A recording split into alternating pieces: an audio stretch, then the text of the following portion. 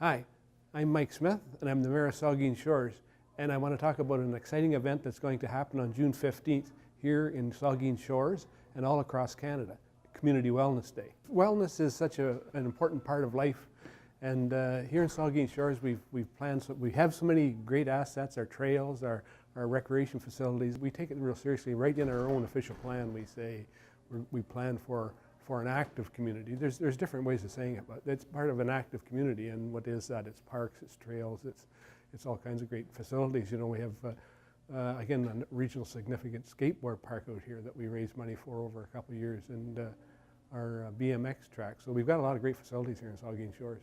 And I'll be quite honest, I'm not the most objective. I think this is the best spot in all of Ontario to live. We have a great, we have a great hospital and a group that actively supports our hospital through the foundation.